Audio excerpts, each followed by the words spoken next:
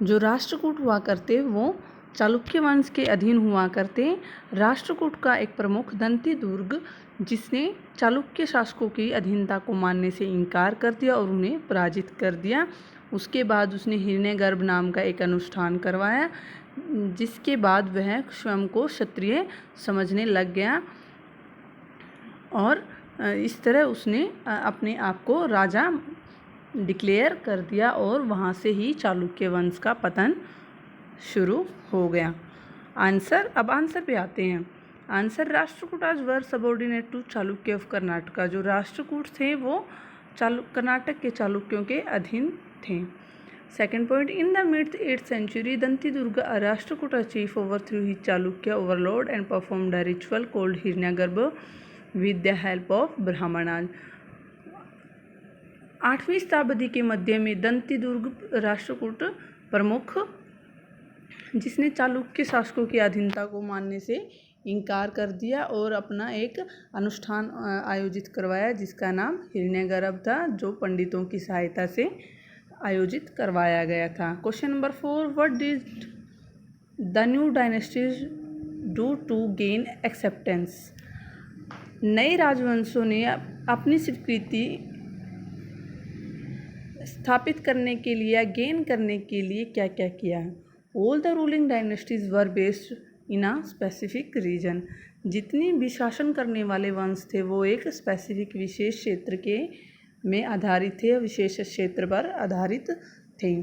They performed rituals to declare themselves as Kshatriya with help from Brahmanas. पंडितों की सहायता से स्वयं को क्षत्रिय डिक्लेयर करने के लिए उन्होंने विभिन्न अनुष्ठान आयोजित करवाए। Rulers also try to demonstrate their power and resources by building large temple. और बड़े बड़े मंदिरों का निर्माण करवा कर भी वहाँ के शासकों ने अपनी शक्ति का प्रदर्शन किया। Question number 6, what kind of irrigation works were developed in Tamil region. Tamil क्षेत्र में सिंचाई के कौन कौन से कार्य स्थापित किए गए। First, canals were constructed. नहरों का निर्माण करवाया गया। Huge tanks were constructed to collect rain water.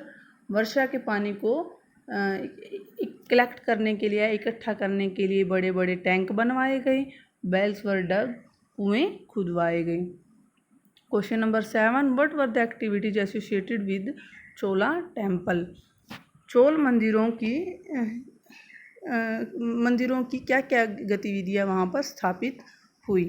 Chola temples were not only the places of worship. जो चोल मंदिर थे वो सिर्फ पूजा करने का स्थान ही नहीं थे, वो आर्थिक, सामाजिक और सांस्कृतिक जीवन का भी केंद्र थे या सांस्कृतिक जीवन की गतिविधियों के भी केंद्र थे। Chola bronze images are considered amongst the finest in the world.